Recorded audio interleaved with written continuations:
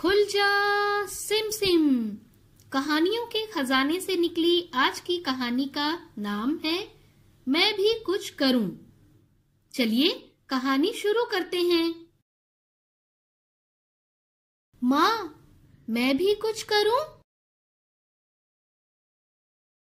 मैं गेंद फेंकूं, छोटे भाई को गोद में लूं, ढोलक बजाऊं, साइकिल चलाऊं, नई फ्रॉक पहनूं, ऊन का गोला सुलझाऊं, पौधे में पानी डालूं,